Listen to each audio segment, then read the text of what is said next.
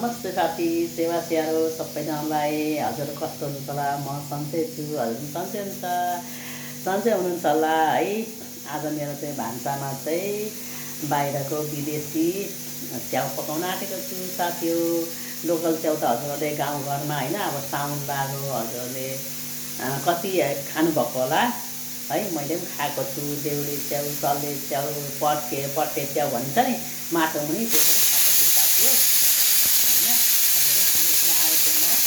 त्यो चाहिँ बाहिरको त्यो एकदम हेर्दै देउली च्याउ जस्तो होइन, सेम प्रकारको म चाहिँ यात्रा भइरहेको छु।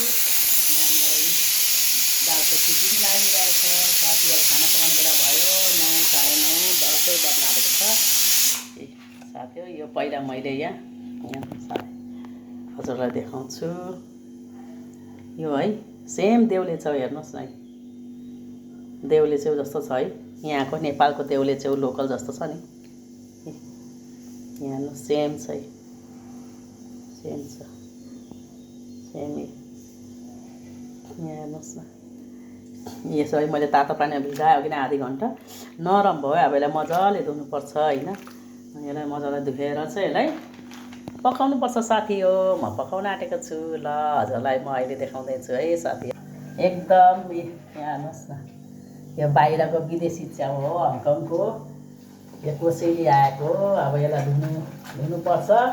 अघि तातो पानी आधी घन्टा चाहिँ भिजाएँ, अनि अब पखाल्नुपर्छ साथी हो। राम्रोसँग धुनुपर्छ च्याउ होइन। यसरी म धुँदैछु। आज त मेरो भान्साघरमा च्याउ पाक्दैछ साथी हो। सेम देउले च्याउ जस्तै हुन्छ। यहाँ कस्तो राम्रो हजुरलाई देखाउँछु है। लामो हुन्छ भिडियो फेरि साथी हो। हेर्नुहोस् न है, यसलाई कट गर्नुपर्छ, मसिनो कसरी काट्नुपर्छ है। यसरी मजाले काट्नुपर्छ। टुक्रा टुक्रा बनाइछ है, अलिक लामो थियो होइन। अनि यसरी पिस पिस बनाउनुपर्छ मसिनो, अनि मजाले पाक्छ। खाँदा पनि राम्रो हुन्छ साथी हो। यसरी काट्दैछु है म। च्याउ पकाउन आँटेको है, विदेशी च्याउ, देउले च्याउ जस्तै छ हाम्रो नेपालमा गाउँमा होइन, गाउँघरमा पाइने लोकल च्याउ जस्तै छ साथी हो। हजुरले देख्दै हुन्छ होला नि, म कट गर्दैछु। यो चाहिँ सुकाएको रहेछ, अनि यसलाई तातो पानीमा हालेर चाहिँ फुलिन्छ यस्तो साथी। म आज मेरो घरमा चाहिँ यस्तो यो पाक्दैछ है, च्याउ, बाहिरको ड्राई मसरुम पकाउँदैछु।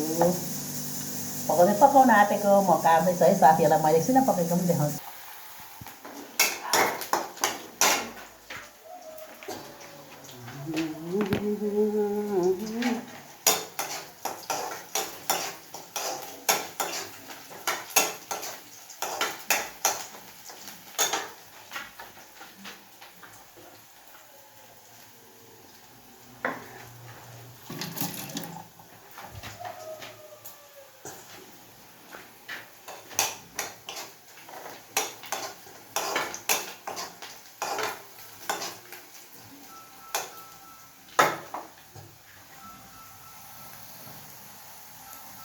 सबै म चाहिँ अगाडि सबै मसला अगाडि बोक्छु है।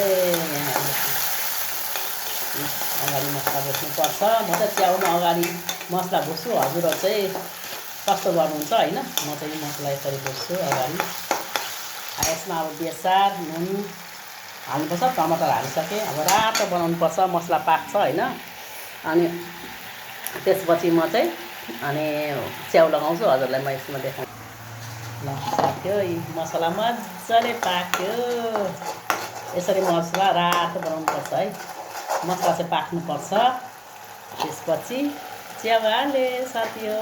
यहाँ हेर्नुहोस् अब कस्तो हुन्छ है। अरू च्याउ त खाएको छु नि, यो चाहिँ खाएको छ सेम देउले नेपालको च्याउ जस्तो। हेर्नुहोस् न कति दामी छ, कस्तो राम्रो छ हेर्नु त।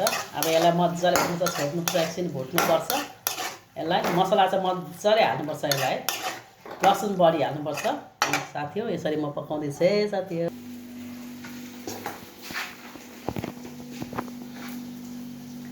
बाई बाई बाई बाई अरे कोल्टे पो भएछ, बाई बाई छ ल सबैलाई।